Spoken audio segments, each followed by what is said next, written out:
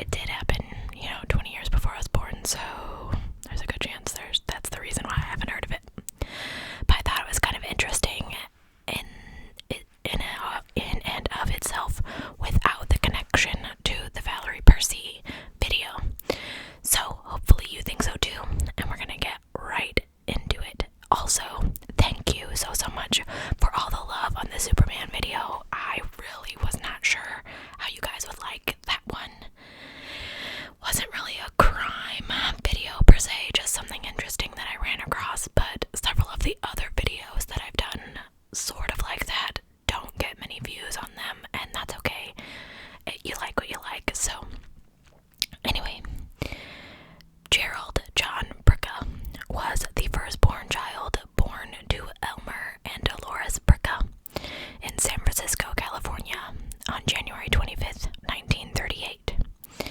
The Bricca family settled in San Francisco in the 1850s, and they prospered there. Jerry attended St. Ignatius High School and graduated in 1956. He then went to Stanford, where he earned a degree in engineering in 1960. He quickly landed a job at Monsanto and was sent to the company's Seattle facility. I've always wanted to go to Seattle. At around 5'10" and 170 pounds, he was not necessarily a big guy, but he was strong, and he had well-developed arms and shoulders. He was a competitive swimmer in high school, and, in 1966, most American men had started to let their hair grow out a little, but Jerry kept a short brush cut. Many neighbors described him as hardworking and friendly. He was quick to smile and to have a greeting. When he worked in Seattle, he met an attractive United Airlines stewardess named Linda Jane Beulah. Linda was 18 and had recently graduated from training school. She was born January 4th of 1943 to Adolph and June Beulah, and she grew up in Barrington Hills, a wealthy community about 35 miles northwest of Chicago. Adolph ran Beulah Welding and Engineering, a firm that he started in 1935, and it had prospered during World War II through lucrative government contacts. Linda attended Barrington High School, where she graduated in less than 4 years, which is awesome. Everybody mentioned how beautiful Linda was. One resident of the area said that when she worked in the front yard, men nearly drove off the street as they passed by, which I think is really interesting, and I would find it really funny if I were her, but she was tall and shapely with sharp features and large brown eyes that possess, even in photos, an alluring intensity. I really couldn't find many photos of her, and the ones that I found, I'm not gonna say that she wasn't beautiful, but I don't think I'd drive off the road for her, but anyway, everybody's beautiful in their own way. Neighbors recall her unusual passion for animals, which led her to taking a part-time job at a veterinary clinic. They say she was friendly and outgoing, if just a little less approachable than Jerry. She was aloof, said one neighbor. Sorta stuck up, said another. Linda may have felt out of place in the conservative middle-class neighborhood, but people still seemed to like her. Jerry and Linda fell in love and were married on November 25th of 1961. By all accounts, their union was a happy one. They were a young couple who were very much in love, said Jerry's sister, who wanted her name to be private, so I will not include it. According to his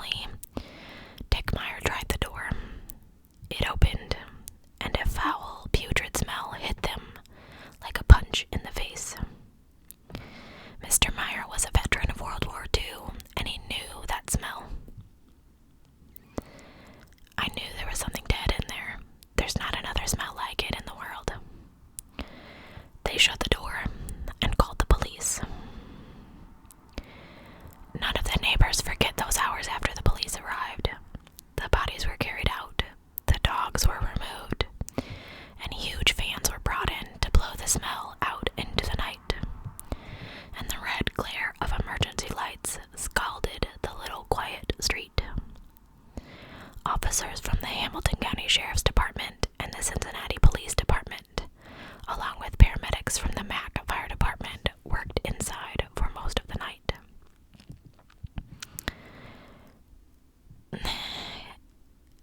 This gets a little graphic, but not too bad, so just a little heads up there for the people that don't like it. The autopsy report revealed that Jerry and Linda were tied up before they were killed, which seems to kind of counteract the theory that the murders were committed in the heat of the moment. Jerry was also gagged with a pair of socks that may have been taped into his mouth. The piece of tape was found on his chin, so they weren't really sure. The newspaper stories at the time indicated that Linda had been assaulted, but the autopsy report did not show any such finding. Jerry was stabbed in the back and the neck, while Linda was stabbed mostly in the chest, though her face was marked with shallow cuts, perhaps made while she fought the assailant. The position of their wounds seemed to indicate that the murderer who held the weapon, which was possibly a carving knife from the set displayed in the dining room, with his left hand. Newspapers theorized that Jerry came into the house and relaxed on the couch while the killer watched from the backyard. He may have taken Debbie upstairs to her bedroom, which is where she was found, wearing her pajamas and one white sock. The killer might have taken this opportunity to enter through the unlocked back door, but needless to say, the newspapers had little evidence to support this. The scenario leaves a lot of questions unanswered. How does someone holding a knife tie up two adults? How does he keep one at bay while he ties up the other one? Was Debbie alive and a witness? Was she killed first? Was Jerry tied up first and then stabbed? Why does someone who seems bent on murder tie up their victims first and then untie them? As for the missing murder weapon, could a knife of the type suggested pierce human muscle and bone so deeply and many times? The police believe that the family knew the murderer because there was no sign of a struggle. Some of the drawers were open and Jerry's wallet was missing, but the motive did not appear to be robbery. The dogs were sedated, and an author that wrote about the story, Jeffrey Tetch, I'm probably brutalizing that, theorized that the killer stayed up for hours to clean the scene. Who does that? That's so weird. The Monday Inquirer, which usually arrived around dawn, was missing among the newspapers in the Bricca's yard. It's possible that the killer wrapped the murder weapon in the newspaper and placed it in the trash cans by the curb, which were emptied that morning. Theoretically, this means that the killer could have been in the house through much of the night. By the time the bodies were found, roughly 48 hours after the murder, the odds of finding the killer were already against investigators. Winnie Fisher recalls standing with her neighbors on the sidewalk across the street from the Bricca's home that night. We were all scared to death. That sort of thing did not happen here. Nothing in life ever prepared us for something like this. Dick Meyer summed up the feelings of the neighbors. How something like that could happen in this area was beyond us. Other West Siders apparently agreed. Within a couple weeks of the murders,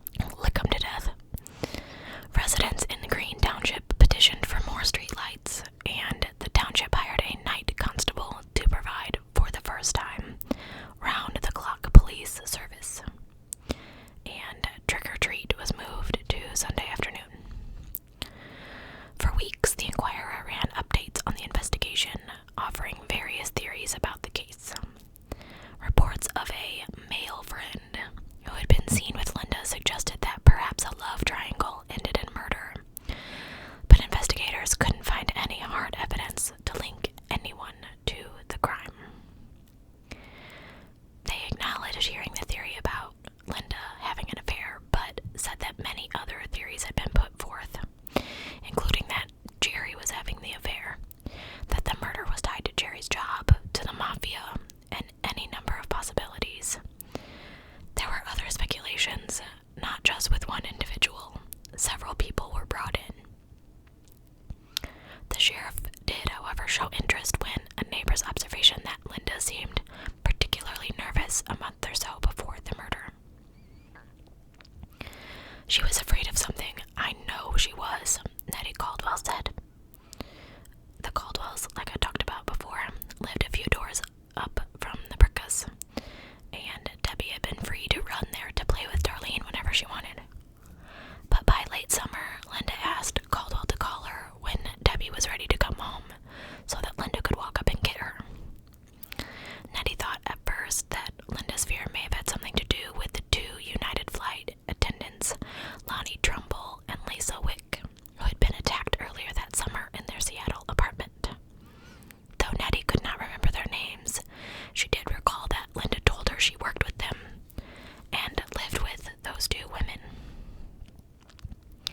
Dick Meyer also said that Linda had mentioned a friend who had been murdered that summer.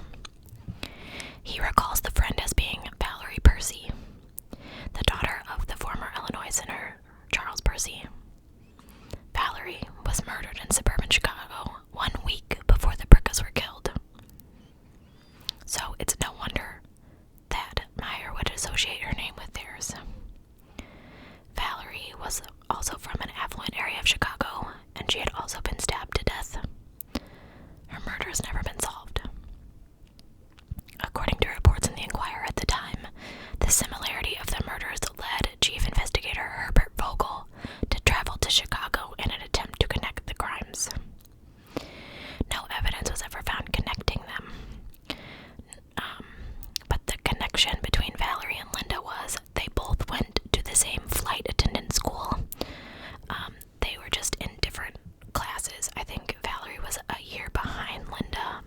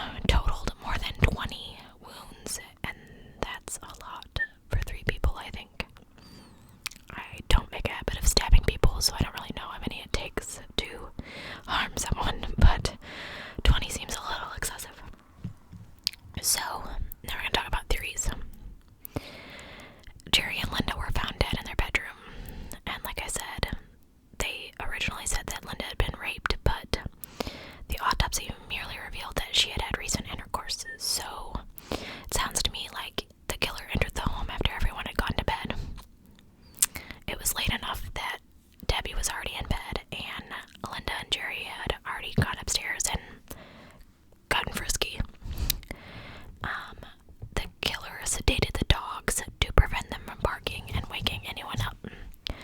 I do wonder, I guess, did they put something in their food? Did they give them some Benadryl? Did they inject them with something to keep them from barking and waking anybody up? The killer definitely had to know them and plan it ahead of time, because you had to come prepared with a drug for the dogs. And I wonder if the tape and the rope was found in the house, or if he or she, I don't know, brought it with them. I don't think it's very odd that the neighbors didn't hear anything. Not everybody yells out in surprise, and it sounded like it was cold enough that everybody had their windows shut. And maybe whoever it was got them to cooperate because he had a knife. Like, you tie him up and, threatening people, or their 4-year-old was there. Maybe he used Debbie as ammunition. Terribly. But what kind of person stabs a 4-year-old child multiple times, yet can't bring themselves to hurt a dog? Was it necessary if she was already asleep? Did they have to hurt that little girl too? Did she wake up and see something, or